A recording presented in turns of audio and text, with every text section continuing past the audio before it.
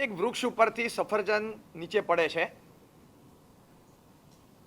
એક વૈજ્ઞાનિક ભેજુ આ દ્રશ્યને જોઈ રહ્યું છે અને આપણે એમને ભલે સર આઇઝેક ન્યૂટનના નામથી ઓળખતા હોઈએ, લોકો ત્યારે એક સાદા માણસ તરીકે ઓળખતા હતા. એ ઘટના ખાલી એમને જોઈ કે વૃક્ષ ઉપરથી છૂટું પડ્યું, લટકેલું હતું અને લટકવા માટે જે દોરી કે છેલ્લો જે ડીટિયાનો ભાગ જે અડેલો હોય બસ એ તૂટ્યો અને એ તૂટ્યા પછી વૃક્ષ એક અલગ એન્ટિટી છે, એપલ એક અલગ એન્ટિટી છે.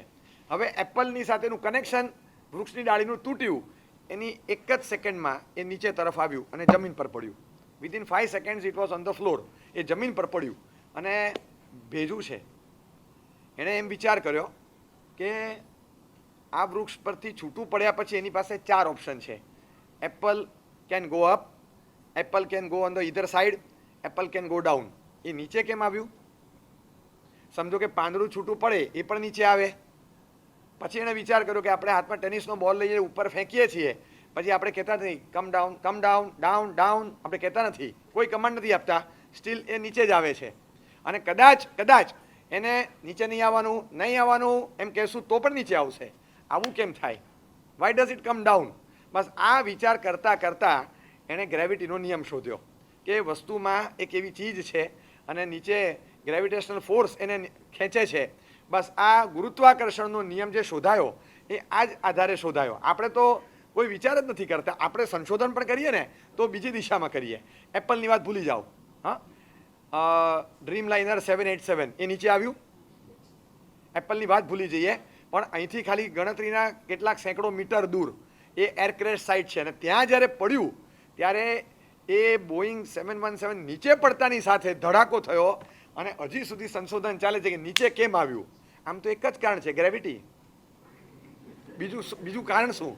તમે એન્જિન ફેલિયર લાવો, બીજું લાવો, એન્જિન ફેલ થયું એટલે કે પ્લેન ચાલતું બંધ થયું તો નીચે કેમ આવ્યું? પણ એ સ્થાપિત સત્ય કહેવાય કે એ શોધવાનું ન હોય, એ સ્થાપિત સત્ય છે કે નીચે જ આવે.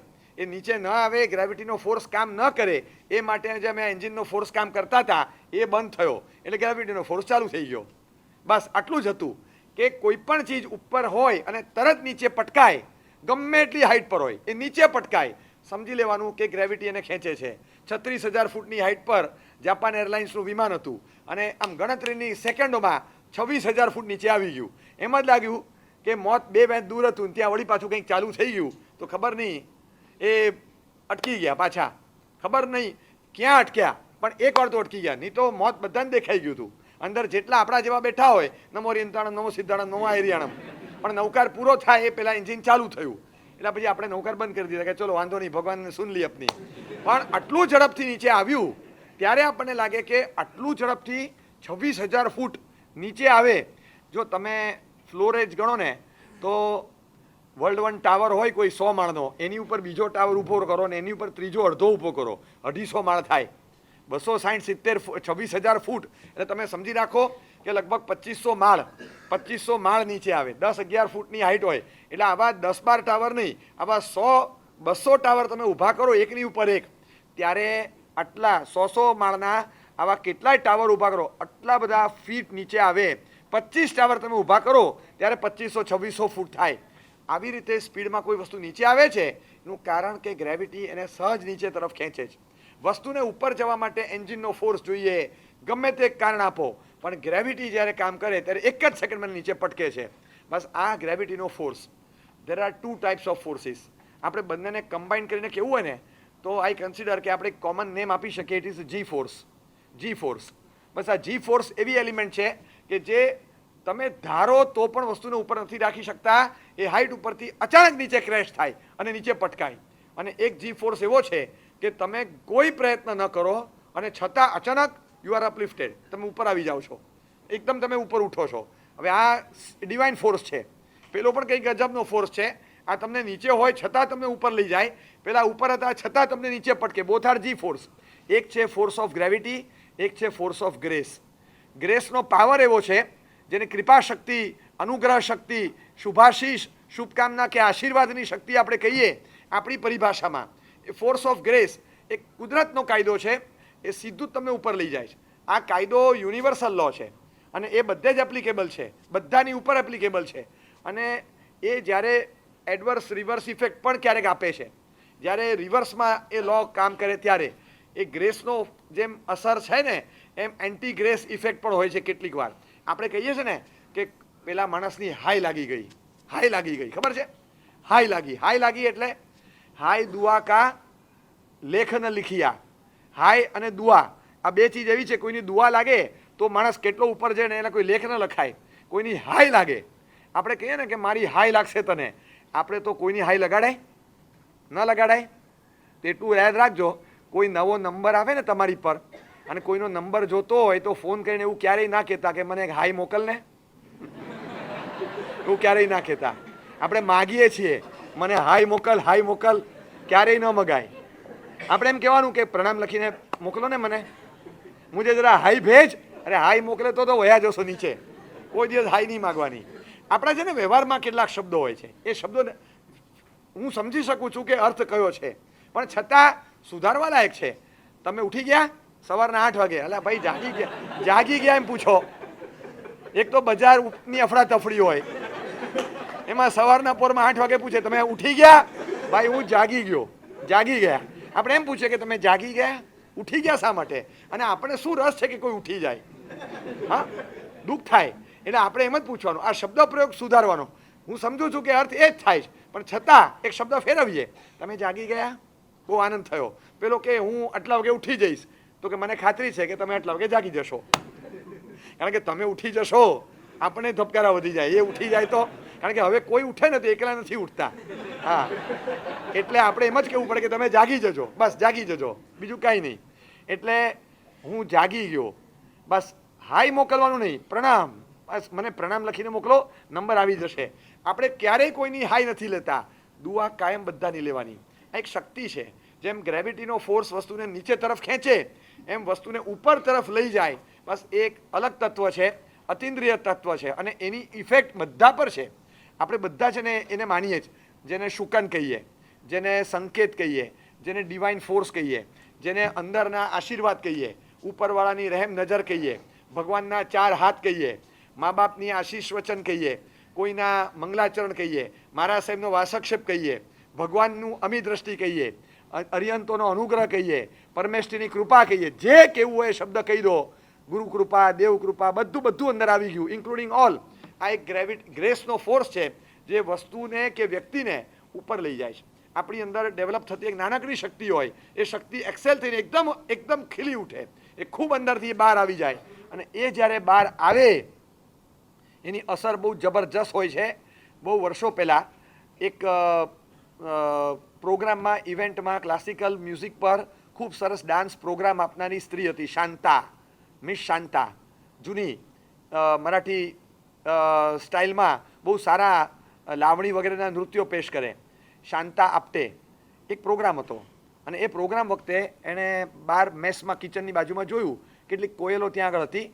કે આ કોયલોને કબજામાં રાખી છે શેના માટે? તો કે એ બધા જે વીઆઈપી ગેસ્ટ છે ને એમનું જે મેનુ છે એમાં અમુક સૂપ ને બધું બનાવવાનું છે, એ ચિકન સૂપ ને બધાની સાથે સર્વ કરવા માટે આને પણ ફ્રાય કરીને મૂકવાની છે. તો કે કોયલને? તો કે હા. એટલે તમે આ કોયલને મારી નાખશો? તો કે હા. એને એકદમ થઈ ગયું કે આટલો મીઠો અવાજ, કેટલો સરસ સ્વીટ વોઇસ છે. અને એ સ્વીટ વોઇસ હોય ને એ જે એકચ્યુઅલમાં વોઇસ એનો હોય છે. આજે કોઈ પણ માણસ સારું ગાય તો આપણે ઉપમા આપીએ છીએ કે ખરેખર આ કોયલ કંઠ છે, કોયલ કંઠ. એકચ્યુઅલ કોયલ કંઠ તો કોયલનો જ હોય ને. હા, આપણે એક મેસેજ કરીએ ને તો એમ કહીએ છીએ કે હી ટ્વીટ્સ. એકચ્યુઅલી હુ ટ્વીટ્સ ખબર છે? એક જ બર્ડ્સ ટ્વીટ. બસ એ ટ્વીટ એમનો વોઇસ છે, આપણે એના પરથી લઈ લીધો. એટલે બર્ડ્સ ટ્વીટ એકચ્યુઅલી વોઇસ એમનો હોય છે, પણ આપણે ચપરક શરૂ કર્યું એટલે આપણા નામ પર ચાલ્યું. એવી રીતે એણે જોયું કે કોયલનો કંઠ એને ખતમ કરી નાખવાનો. એણે ના પાડી, એ કે it is not your business, તારે આ નહીં કરવાનું, તું આ ના કર. કોયલ પાસે જઈ ઊભી રહી, બધી કોયલોને નજીકથી જોઈ. એણે કીધું સોરી, હું પ્રોગ્રામ નહીં કરી શકું, ફિઝિકલી નહીં મેન્ટલી પણ અનફિટ છું, હું નહીં કરી શકું. જો આવું થવાનું હોય હું નહીં કરું. છેલ્લે વાત ત્યાં સુધી ગઈ કે આયોજકોને તમે મને મળાવો, હું એમને રિક્વેસ્ટ કરું, તમે શું કામ ચિંતા કરો છો? હું એમને રિક્વેસ્ટ કરું, મને ખાતરી છે આ ધરતી પર જન્મેલા આત્માના હૃદયમાં દયા હોય, મને એક ચાન્સ આપો એને જાગૃત કરવાનો. અને ત્યાં જઈને રિક્વેસ્ટ કરી કે પ્લીઝ તમે બીજું 100 વસ્તુ ખવડાવી શકો, આ ના આપો, મને પ્રોગ્રામ કરવાનો હોંશ આખી તૂટી જાય, આપણા પ્રોગ્રામમાં ના આવે, આ કેટલું સરસ અવાજ છે એમનો. અને પહેલાં એ માન્ય રાખ્યું અને બહાર આવી પોતાના હાથે પિંજરા ખોલીને કોયલને ઉડાડી મૂકી. આ ઘટના બની છે. ખબર નથી કે કોયલને આ વસ્તુનો અંદાજ છે કે નહીં, પણ કુદરતની કળા Shanta Apte turn into a singer. એની પછી એ ડાન્સર મટીને સિંગર થઈ અને શાંતા આપટે એક ફેમસ સિંગર તરીકે નામ ખ્યાતિ પ્રાપ્ત કરી ગઈ આખા વિસ્તારમાં, આખા દાયકામાં એનું નામ ગાજ્યું. તો સિંગિંગ એબિલિટી એનામાં અચાનક જે ડેવલપ થઈ એમ કહેતા હતા લોકો કે આ કોયલ ગઈ પણ આશીર્વાદ આપતી ગઈ, અને એ ગ્રેસનો પાવર એની પર કામ કરી ગયો. ફટાક કરતી શાંતા આપટે એકદમ ઉપર આવી ગઈ. જે વર્ષોથી ફ્લોર પર ખાલી માત્ર અમુક પરફોર્મન્સ માટે જાણીતી હતી, હાથમાં સાઉન્ડ માઇક લઈ અને ક્યારેય એણે ગાયું નથી, પણ આ ઘટના પછી Shanta Apte turn into a good singer, reputed singer. આટલો બધો ફરક જે પડ્યો એમાં લોકો બધા કહેતા થયા કે આ પાવર ઓફ ગ્રેસ કામ કરી ગયો, આશીર્વાદનો એક કાયદો કામ કરી ગયો, એક યુનિવર્સલ લો હતો કે જે અંદરની દુઆ કોઈક પ્રાણીની પણ અચાનક સહસા મળી ગઈ અને એ કામ લાગી ગઈ. આપણને કલ્પના ન હોય, એ દુઆ આપવા માટે કંઈ વિચાર નથી કરતું, પણ સહજ આપણી એક્ટિવિટી, આપણી એક્શન, એનાથી એનું કંઈક ભલું થયું ને, અને એ બોલે નહીં અને છતાં કુદરતને સંભળાય, બેટા 100 વર્ષ તો થજે, બેટા ખૂબ આગળ વધજે, બેટા ખૂબ ઉપર જજે. બસ આવા આશીષ અંદરથી નીકળે. કોઈક વાર મા બાપના નીકળી જાય, કોઈક વાર કોઈ ગરીબના નીકળી જાય, કોઈક વાર કોઈક આવા પ્રાણીના નીકળી જાય, કોઈક વખત કોઈક વૃદ્ધના નીકળી જાય. ખાલી માત્ર આપણે રોડ ક્રોસ કરાવ્યો હોય, પરોપકારનું નાનકડું કામ કર્યું હોય અને એટલું સુંદર કાર્ય થઈ જાય. દેવના અનુગ્રહ, કૃપા શક્તિ, ગુરુની કૃપા અને અમી દ્રષ્ટિ, માતા પિતાના શુભાશીષ, આ બધા છે ને પ્રસિદ્ધ વોલ્યુમ છે કે જે આપણને ઉપર લઈ જવા માટે બહુ મોટો પ્લેટફોર્મ આપે છે અને આપણો જે પેસ હોય, આપણી જે સ્પીડ હોય એકદમ વધારી આપે છે. આની તાકાત આપણે કલ્પના ન કરીએ એટલી મોટી છે. સીધું જ આખું તંત્ર ફરી જાય. જે ગતિથી આપણે કોઈ કાર્ય કરી રહ્યા હતા, અચાનક એ ગતિમાં વૃદ્ધિ અને વધારો થાય, એટલો બધો આપણે ધારણા કરતાં ઘણો વધારે સ્પીડમાં એક બધું ગતિથી આગળ ચાલે. અને ત્યારે આપણને ખ્યાલ આવે કે આપણે પાપા પગલી માંડતા માંડતા ક્યાં પહોંચી ગયા. એ કૃપા શક્તિ અચાનક સી કામ કરે અને એકદમ ઉપર ઉઠે. અમે બહુ ફેમસ ઉદાહરણ છે, હું ફરી આજે યાદ કરું છું, આ પીવાયસના પ્રમોટરને, જે કચ્છાધિપતિ જયગોસુરેશ્વરજી મહારાજના દીક્ષાના પ્રારંભિક કાળમાં મુનિ અવસ્થામાં હતા. 15-17 વર્ષની ઉંમર, 3-4-5 વર્ષ, 3-4 વર્ષનો દીક્ષા પર્યાય. પિંડવાડા રાજસ્થાનમાં બધા બિરાજમાન હતા. વૃદ્ધ મહાત્માઓ નીચે હતા, બાકી બધા ઉપર હતા. અને દર્શન કરવા માટે દાદરાથી નીચે ઉતર્યા અને એ વખતે કોઈ વૃદ્ધ મહાત્મા નીચે જે બેઠેલા એક નાનકડી ડબ્બી ખોલી રહ્યા હતા, જેમાં ત્રિફળાની ગોળીઓ હતી, નાની નાની લગભગ 300-500 ગોળીઓ આવે એટલી ડબ્બીમાં. હવે ડબ્બી ખોલતા હતા, ખુલતી નહોતી. જોરથી જરાક ઝટકો મને જોરથી ખોલી, એમાં ડબ્બીમાંથી ગોળીઓ ઢોળાઈ ગઈ બહાર. હવે નાની ગોળીઓ આમ આખા રૂમમાં બધે ફરી વળી, 50-100 ગોળીઓ બહાર પડી ગઈ. અને મહાત્મા એટલા અકળાઈ ગયા કે અરે રે શું કરું. બસ બધા નીકળતા હતા. છેલ્લે જયઘોષ વિજય મહારાજ નીકળ્યા. એમણે જોયું અને 1 મિનિટ સાહેબ, એ ગયા નહીં દર્શન કરવા, દાંડો મૂકી દીધો, કામળી કાઢી નાખી અને 1 મિનિટ સાહેબ આપ બેસી જાઓ, હું કરી આપું, લાવો ડબ્બી લઈને બધી ગોળીઓ ખંખેરી, ધૂળ ન લાગે, બધી પાછી ડબ્બીમાં ભરી દીધી. પાછા પાટ નીચે, કબાટ નીચે જોયું, હાથ નાખીને ક્યાંય ગોળી ભરાઈ ગઈ હોય બધી ત્યાંથી કાઢી, કોઈ ધૂળ ન ચડી હોય સાફ કરી, બધી ગોળી પાછી ભરી દીધી. 15-20 મિનિટ આ ઘટના ચાલી. પન્યાસ ભદ્રંકર વિજય મહારાજ નૌકારના આરાધક, ઉપાસક, યોગી પુરુષ હતા. એ દર્શન કરીને આવતા હતા. દાદરા ચડતા સીડી પરથી એમ ધ્યાન ગયું અને આમ જોયું એ કે આ માથું અંદર નાખીને પાટની નીચે ઊંધું કોણ ગયું છે, આ કોણ છે? એ કે સાહેબ એ પેલી ગોળીઓ ઢોળાઈ ગઈ છે ને એટલે ડબ્બીમાં ભરે છે. કે કોણ છે? કે મુનિ જયઘોષ વિજય મહારાજ. એ પેલા મહાત્માની ડબ્બીમાં ગોળીઓ ભરે છે. ગોળીઓ ઢોળાઈ ગઈ હતી નીચે, નાની ઝીણી ગોળી હતી એટલે બધી ભરી રહ્યા છે. 3 મિનિટ સુધી ઊભા રહ્યા. આખી ઘટના એમણે જોઈ. જેટલું બાકી હતું એપિસોડ એમણે નજરે જોયો. આંખમાં ભીનાશ, ચમક, અને આવા કોઈ યોગી પુરુષ હોય એમના ઉદ્ગાર છે ને એ આપણામાં યોગ સાધનાનું બીજ નાખી દે. એમને શબ્દ ઉચ્ચાર્યા ત્યારે કે આ જયઘોષ વિજય છે. તો કે હા, ડબ્બીમાં ગોળીઓ નથી ભરતા, તાજું તગડું પુણ્ય ભરે છે. ડબ્બી ખુલશે ત્યારે દુનિયા જોશે. બસ આટલું બોલીને ઉપર જતા રહ્યા. અને ડબ્બી જ્યારે ખુલી ને ત્યારે આ અમદાવાદ આખાએ જોયું કે ડબ્બીમાં એ વખતે ભરાયેલું કેવું તગડું પુણ્ય હતું, ખુલ્યું ઘણા વર્ષે, અને ગચ્છાધિપતિ 700 750 સાધુના નાયક, અને આમ જોઈએ ત્યારે આપણને લાગે અમારા માટે બહુ આશ્ચર્ય હતું, બહુ આશ્ચર્ય હતું. હું તમને કહું, it was the biggest miracle of all. MBA થયેલા 2 ડઝનથી વધારે, ચાર્ટ એકાઉન્ટન્ટ થયેલા 1.5-2 ડઝનથી વધારે, 500 1000 2000 કરોડના સામ્રાજ્યને ઠુકરાવીને ભંવર દોશી જેવા એવા અહીંયા આવ્યા હોય ને એવા ડઝન બંધ, એવા પણ અહીંયા ઘણા હતા. સેંકડો હજારો કરોડને લાત મારીને આવ્યા હોય એવા. SSC 12th BCom MCom engineering architecture આ બધું કરીને આવેલા હોય એવા 100થી વધારે. આવા ખેપાનીઓ, આવા ખોપડીબાજો, આવા વેપારીઓ, આવા વૈજ્ઞાનિક ભેજાઓ, આવા બધા લોકો ફોરેનમાં સ્ટડીઝ કરી ત્યાંથી ડિગ્રીઓ લઈને આવેલા ડઝન બંધ. આખા પરિવારના મોભી તરીકે રહ્યા હોય, વડીલ તરીકે રહ્યા હોય એવા આવેલા હોય એવા ડઝન બંધ. અરે 2 ડઝનથી વધારે એવા હશે કોઈ સંઘમાં 20 વર્ષ ટ્રસ્ટી, સેક્રેટરી, પ્રમુખ, ઉપપ્રમુખ કે પદ પર રહીને આવ્યા હોય, એમની દીક્ષાઓ થઈ હોય. અને એમના નાયક કોણ? નાયક એ જે 2 ચોપડી ભણેલા, સેકન્ડ પાસ, એમનો એક્સપિરિયન્સ કંઈ નહીં, સેકન્ડ પાસ, 12-13 વર્ષની ઉંમરે દીક્ષા લીધેલી, ગુજરાતી, દીક્ષા પછી મોટા ભાગનું શીખ્યા, કોઈ વ્યવહારિક શિક્ષણ પણ નહીં, અને એ એમના નેતા હતા. આમ કેટલું મોટું આશ્ચર્ય લાગે. આશ્ચર્ય એટલે બહુ મોટી ચીજ છે. 50 ટેસ્ટ, 100 ટેસ્ટ, 80 ટેસ્ટ. આમ એગ્રેસિવલી એક્સપિરિયન્સમાં 4-5 જણા એવા હોય કે ટીમમાં આગળ હોય, અને 25 વર્ષનો છોકરો કેપ્ટન થઈ જાય તો લોકો નથી આશ્ચર્ય લાગતું કે આલા 25 વર્ષના છોકરાને તમે કેપ્ટનશીપ બનાવી દીધો? એના મને શું જોઈએ? બસ કશું ના જોઈએ, શુભ મન જોઈએ, બસ બીજું કાંઈ ના જોઈએ.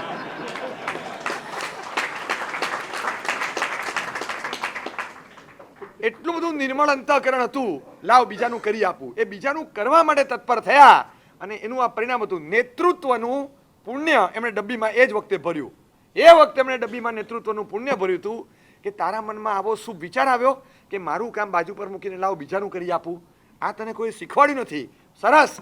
એ અંતરથી વૃદ્ધ મહાત્મા તો દુઆ આપતા હશે, પણ પન્યાસી ભગવંતના મોઢામાંથી જે શબ્દો નીકળ્યા એ શુકરના થયા, અને એ કૃપા શક્તિ, this was law of grace, જેનાથી સાહેબની પ્રતિભા જે બહાર આવી અને સાહેબનું નેતૃત્વનું ગુણ જે વિકસ્યો. અને 2 ચોપડી ભણેલા છોકરાએ, જેણે સ્કૂલમાં પણ મોનિટર તરીકે ક્યારેય રહ્યા ન હોય કે મહોલ્લામાં પણ મુખ્ય છોકરાના કોઈ લીડરશિપ ક્વોલિટી એમણે ડેવલપ ન કરી હોય, 750ના, અને એ પણ શક્તિશાળી, પુણ્યશાળી, સમૃદ્ધ ગુણવૈભવવાળા એવા લોકોના નેતા તરીકે રહેવાનું. સમર્થનો નેતા એ જ બની શકે અને સફળ એ જ થઈ શકે જે મહાસમર્થ હોય, અને એ સમર્થના નેતાઓ તરીકે મહાસામર્થ્યવાન હતા. આ બધું વિકસ્યું કારણ કે ગ્રેસનો પાવર હતો. કૃપા શક્તિ જોરદાર ઉતરી, એમાંથી આ બહાર આવ્યું. બસ આવી જ કોઈ કૃપા શક્તિ આપણી પર આવે. સફળતા બધાને જોઈએ છે. મને તમને કોને નથી ગમતું? સફળતા એક એવું સંતાન છે કે એના માતા પિતા બનવા હું તૈયાર છું, તમે પણ તૈયાર છો. હંમેશા failure is an orphan, success has many fathers. કોઈ પણ સફળ થાય ને ત્યારે આ સફળતા अपने लिए, ये अपन की वजह से हुआ. बस આપણા કારણે થયું. સફળતાના મા બાપ બનવા માટે 100 જણા તૈયાર થાય. નિષ્ફળતા જ્યારે મળે, failure is always an orphan, એ અનાથ હોય. આ કેમ બગડી ગયું કામ? ખબર નહીં, હું તો હતો જ નહીં, હું હતો આવું થવા જ ન દઉં. ત્યારે બધા બાકાયદા બાજુ પર જતા રહે. એટલે કોઈ એના મા બાપ બનવા તૈયાર ન થાય. બધાને સફળતા ગમે છે, જોઈએ છે, રૂચે છે. તો પછી સફળતાનો કોઈ ક્રાઇટેરિયા હોવો જોઈએ કે કયા પ્લેટફોર્મ પર એ ઊભી થાય. પ્રયત્ન કરવાથી અથવા માત્ર પુરુષાર્થ કરવાથી, એ દોડવાથી મળે છે? ના. ખાલી દોડો દોડો દોડો. એ માત્ર જે તમે દોડો છો ને એનાથી નથી થતું. તમારી સાથે કોઈ છે જે તમારો પાવર વધારે. when you run alone it is race. when someone along with you runs, ત્યારે it is grace. તમારી સાથે ભગવાન પણ દોડતા હોય, કાં તો તમારી સાથે ગુરુ પણ દોડતા હોય, અથવા તમારી સાથે મા બાપ પણ દોડતા હોય. કોઈક તમારી દુઆ બનીને તમારી પાછળ ફોર્સ આપે, અને એ જ્યારે ગ્રેસનો પાવર વધારે ત્યારે આપણી સફળતા આમ સામે ચાલીને આપણા તરફ આવતી હોય. આપણે સફળતા તરફ જતા હોઈએ, અધવચ્ચે એ પણ સામે આવે અને વી મીટ, વચ્ચે જ આપણે મળી જઈએ. મેળાપ વચ્ચે વહેલો થાય એ પણ 2 ડગલા આગળ આવે છે. આટલી ઝડપથી સફળતા મળે છે. સફળતાનો ક્રેઝ રાખવાને બદલે છે ને ગ્રેસનો ક્રેઝ રાખો કે અતિન્દ્રિય શક્તિ છે. અને આપણે બધાને, ભલે યંગ વન્સ હોઈએ, વૈજ્ઞાનિક ભેજવું હોય, મિજાજ નાસ્તિક જેવો થોડો હોય, કદાચ આ બધી બાબતમાં શ્રદ્ધા ન પણ રાખતા હોઈએ, છતાં બધાને છે ને અંદર ખાને પાછો વિશ્વાસ હોય, પાક્કો વિશ્વાસ. કોઈ પણ માણસ હોય એને ઇનવિઝિબલ ફોર્સ જેને કહેવાય ને, ઇનવિઝિબલ ફોર્સ, એમાં ખૂબ શ્રદ્ધા હોય, ખૂબ અતિશય શ્રદ્ધા હોય. દાખલા તરીકે એક્ઝામ આપવા જવાનું હોય અને એક્ઝામ આપવા જસ્ટ ઘરની બહાર નીકળે એ જ વખતે એક બિલાડી આડી ઉતરી. હવે પેપર બિલાડીએ નથી લખવાનું, મારે લખવાનું છે. તો મને મારા મહેનત ઉપર, મારી બુદ્ધિ પ્રતિભા ઉપર, મારા એફર્ટ્સ ઉપર, મારા પ્રિપેરેશન ઉપર જેટલો વિશ્વાસ છે એના કરતાં પણ બિલાડી પર વધારે વિશ્વાસ સાબિત થયો ને. બરાબર છે. એક દૂધવાળા ભૈયાજી બાજુમાંથી નીકળ્યા, આમ એકદમ એમ થઈ જાય. એ ઇનવિઝિબલ ફોર્સ છે ને, બહુ બહુ અજબ છે. વર્ષો પહેલાં હું તો ગોચરી બોરવા ગયેલો. ગોચરી બોરીને સૌરાષ્ટ્રમાં, ભાવનગરમાં બોરીને આવતો હતો નૌકારશી. હું રોડની આ બાજુ ચાલુ, રોડની આ બાજુથી એક છોકરો જતો હતો. હું આમ આવી રહ્યો હતો, ક્રોસમાં એને સામેથી મારા સાહેબ દફતર ભરાવેલું, હાથમાં પેડ હતું. મને લાગ્યું એક્ઝામ માટે જાય છે. હાથમાં પેડ હોય ને એ સમજી લેવાનું કે એક્ઝામ માટે નીકળ્યો આ છોકરો. અને મારા સાહેબ મેઇન રોડ આ બાજુથી ચિલ્લાવે. હા, મને કે મારી એક્ઝામ છે, હું પાસ થઈ જઈશ. ત્યાંથી આ બાજુથી હું પાસ થઈ જઈશ. મેં આમ કર્યું, યા, એટલો ખુશ હતો કે એઝ ઇફ મેં રિઝલ્ટ આપી દીધું. આમ જતા જતા દેરાસર પહોંચતા મેં 3 વાર ભગવાનને પ્રાર્થના કરી કે ભગવાન પાસ કરજે.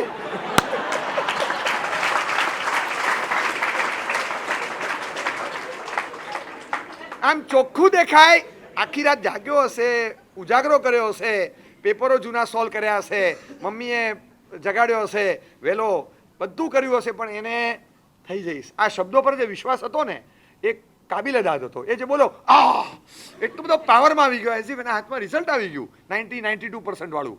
એટલો બધો ખુશ હતો.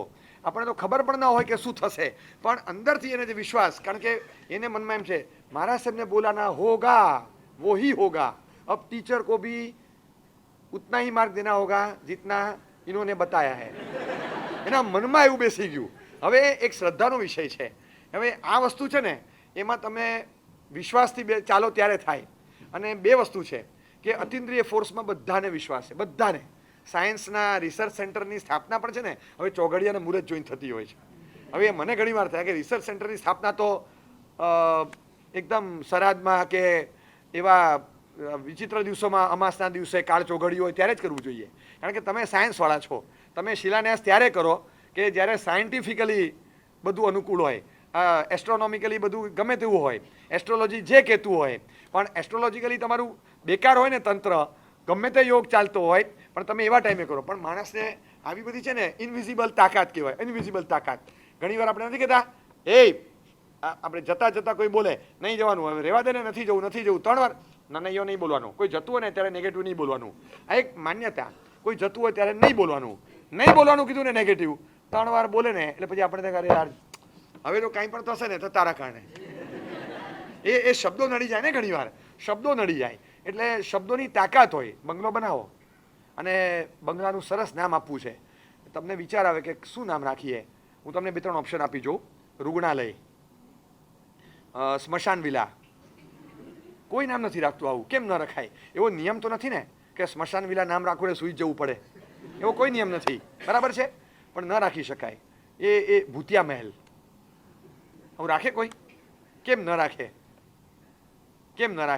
કારણ કે બધાને ખબર છે કે આવું નામ રાખીને કંઈ થયું તો, પણ આ શ્રદ્ધાનો વિષય થયો. આ શું કામ થાય? તમારા એફર્ટ્સથી તમે મુસ્તાક છો, કરો, પણ બધાને ઇનવિઝિબલ ફોર્સમાં, તાકાતમાં વિશ્વાસ છે જ. એટલે દુઆ, બદદુઆ બંનેમાં. એકમાં વિશ્વાસ હોય તો બંનેમાં હોય. જો બદદુઆમાં છે તો દુઆમાં પણ છે, દુઆમાં છે તો બદદુઆમાં પણ વિશ્વાસ હોય. બંને લાગે છે. એટલે નેગેટિવ પોઝિટિવ બંને એનર્જી જી ફોર્સની કામ કરે છે, રિવર્સમાં પણ. એટલે ક્યાંય કોઈની બદદુઆ નથી લેવી, પણ દુઆ શક્તિમાં મને ખૂબ વિશ્વાસ છે. It is an invisible force. અને એ જે રીતે કામ કરે ને, આપણી કલ્પના બહારનું કામ એ કરી આપે છે. એટલી બધી જબરજસ્ત તાકાત એકમાત્ર ઇનવિઝિબલ ફોર્સની એટલી પ્રચંડ તાકાત છે. આપણે ધારીએ એના કરતાં વધારે એ સફળતાના સીમાડા સર કરાવે અને બહુ ઝડપથી આગળ વધારે. આપણે ગમે એટલું ધાર્યું હોય એના કરતાં પણ વિશેષ કંઈક થઈ જાય. લગ્ન કરવા કોઈ બહાર નીકળે છોકરો, હાથમાં શ્રીફળ હોય, લીલું નારિયેળ, ગળામાં હાર હોય ફૂલનો, પછી કંકુનો ચાંદલો હોય, સફેદ ચોખા હોય, એને કહેવામાં આવે કે જો સૂર્ય ચંદ્ર નાડી કઈ ચાલે છે જોઈ લે ને જરા, એ પછી આ રીતે પગ મૂકવાનો, આ નાડી ચાલતી હોય તો આ પગ પહેલાં મૂકવાનો, પછી બીજો પગ મૂકવાનો, પછી આમ જવાનું, બસ આમ કરીને ભગવાનનું નામ લઈને પછી જા પરણવા માટે નીકળે છે. હવે ભાઈ શેના માટે જમણો પગ કે ડાબો પગ, સૂર્ય નાડી જે કરવું એ કરે, હોપિંગ પોઝિશનમાં બંને કૂદકા મારીને બંને પગ કાંગારૂની જેમ ફટ કરતા એક સાથે બહાર કાઢે અને કૂદકો મારીને બહાર આવે, શું ફરક પડે છે જમણો પગ કે ડાબો પગ? આ બધું ડિક્ટેટ કેમ કરો છો તમે? આપણે તો નાસ્તિક બનીને વિચારવું છે. એનાથી શું થાય કે જમણો પગ પહેલાં, ડાબો પગ પહેલાં, આ નાડી તપાસવાની, આ બધું શેના માટે? અને શેના માટે? For what? લીલું નારિયેળ શેના માટે? કલિંગર લઈ જા, ચીબડું લઈ જા, દૂધી લઈને જા, હા જે લઈને, ભીંડાનું શાક લઈને જા, આટલું બધું તપેલું ભરીને, હાથમાં કંઈ જોઈએ છે લઈને જા, તું લઈને જા બસ. અને ફૂલનો હાર કેમ? સુખડનો આમ પહેરીને ન જવાય? હા હા, પણ એટલે તો પાછળ જે આપવાનું છે પહેલાં આપવાની વાત કરું છું. સુખડનો હાર પહેરીને કેમ ન જવાય? કે ન જવાય. અને કંકુનો ચાંદલો એની પર ચોખા, તો કે હા એવું કેમ? રેડમાં વ્હાઈટ આમ સરસ લાગે. એક કામ કરો, મેસનો ચાંદલો કરી અને ઉપર ચણાની દાળ લગાડો, બ્લેકમાં યલો પણ સરસ લાગે. ના, એ નહીં બરાબર. કંકુનો ચાંદલો હોય, ઉપર અક્ષતના દાણા જ હોય, હાથમાં લીલું નારિયેળ જ હોય, સૂકું ટોપરું પણ ન હોય. કેમ? તો કે એ એમ, બસ એમ. કેમ? આમ, બસ એમ જ હોય. પણ એવું કેમ? એવું એમ, બસ નિયમ છે. એનું કોઈ રીઝન કુછ નહીં, આગે સે ચલી આતી હે ઓર ઠીક સે ચલી આતી હે, બસ. એટલે આ આપણે આમ જ કરાય, આમાં ઊંધું ચત્તું કાંઈ કરવાનું નહીં. એટલે બીજું કંઈ તમે માનો કે ના માનો, અમુક વસ્તુમાં આપણને બધાને શ્રદ્ધા હોય છે, અને જેને શ્રદ્ધા ન હોય ને એને શ્રદ્ધા કરતા એની પાસે એક બળવાન તત્વ છે, વહેમ. વહેમ એટલે ખબર છે ને, ડાઉટ. એ મને એમ લાગે છે કે વિશ્વાસ 100% કામ કરે, વહેમ 200% એફર્ટ્સ આપે છે. હા, એનું કોઈ ઔષધ નથી. વિશ્વાસ હોય ને એ હજી ડગી જાય, વહેમ વાળો તો સ્થિર હોય, એ ડગે જ નહીં, કારણ કે એ હલતો જ હોય. એટલે વહેમને હું પાર્કિન્સન કહું છું, એ હલતો જ રહે, એ આમાં આમ થયા સ્થિર થાય જ નહીં. અંદર એમ જ થાય કે શું થશે, શું થશે, શું થશે. અને વહેમની તાકાત હંમેશા વધારે હોય વિશ્વાસની તાકાત કરતાં. પણ બંદૂકમાં એક ગોળી છે, મને વિશ્વાસ છે કે ફૂટશે ને ઉડાડી મૂકીશ, તો મારામાં વિશ્વાસ છે. પણ મારી બંદૂકમાં ગોળી નથી અને હું હેન્ડ્સ અપ કહીને બતાવું છું, મને વહેમ છે કે આમાં ફૂટશે જ નહીં તો શું થશે. અને એને પણ ખબર નથી. એટલે એ તો સાચી સમજીને ડરે છે, હું ખબર છે કે આમાં કંઈ નથી, એટલે હું ડરું છું. એટલે ખાલી બંદૂકથી બંને જણા ગભરાતા હોય છે. ભરેલી હોય ને તો એક જ જણ ગભરાય, ભરેલી ન હોય તો બંને ગભરાય, બરાબર છે. એટલે વધારે ગભરાવાની તાકાત કોનામાં? ખાલી બંદૂકમાં.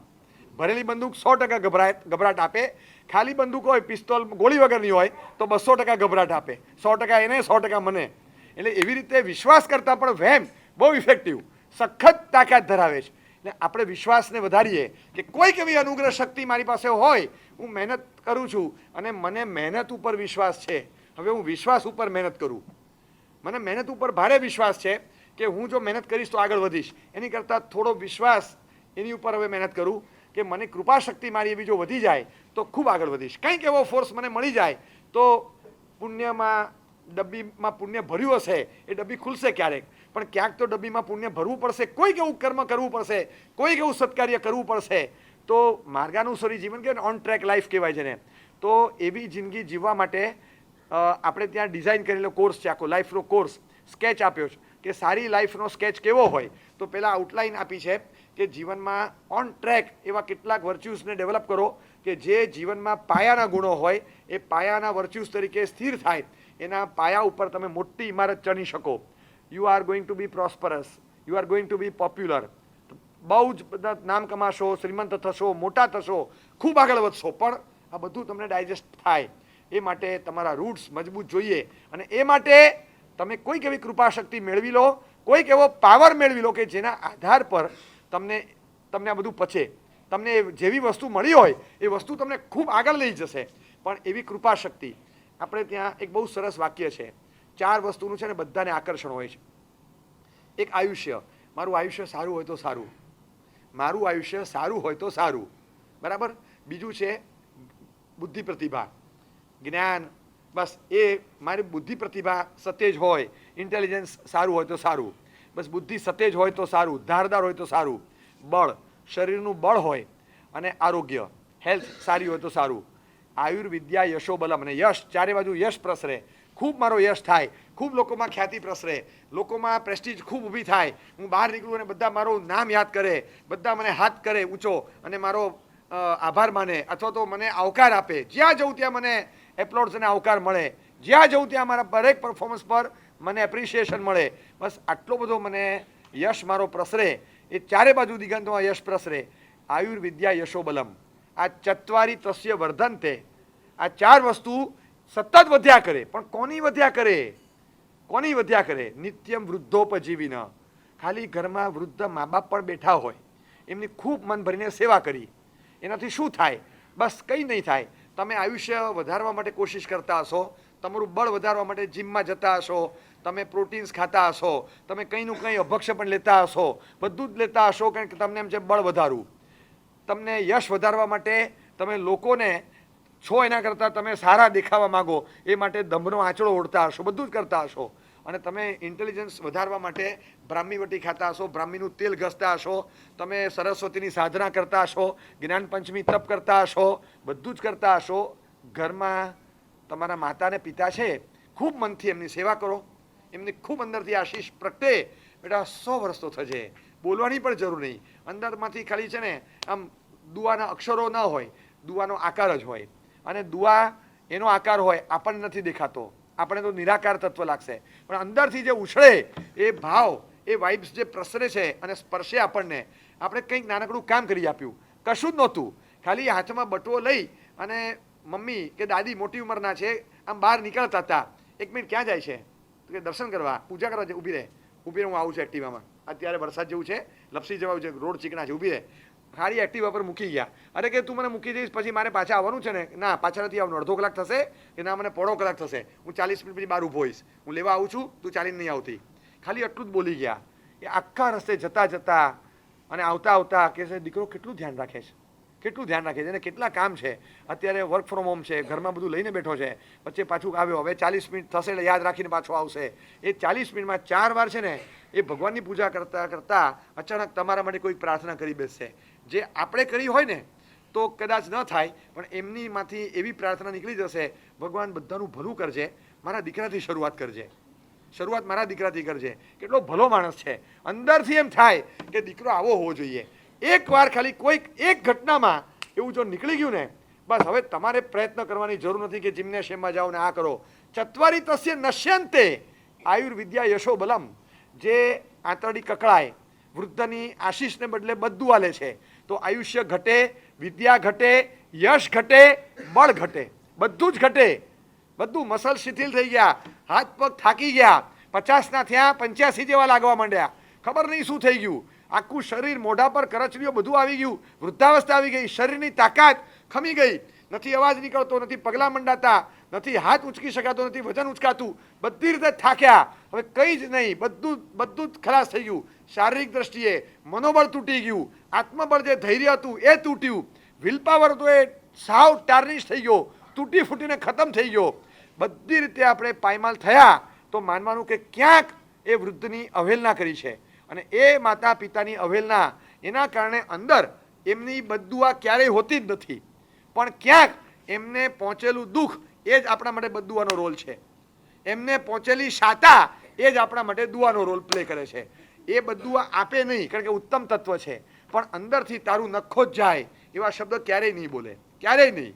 પણ એમને જે શાતાને બદલે અશાતા પહોંચી, જે પીડા પહોંચી, એના કારણે એમના આંખમાંથી નીકળેલા 2 બૂંદ આપણી સમૃદ્ધિના ઢેરના ઢેર તાણીને જતા રહેશે, બધું તણાઈ જાય. એ 2 બૂંદમાં એવી ફ્લડ્સની તાકાત છે કે બધી સમૃદ્ધિ તણાઈ જાય. એટલે આપણે બહુ સાવચેત રહેવું પડે કે એ તત્વને ક્યાંય અવહેલના ન થાય.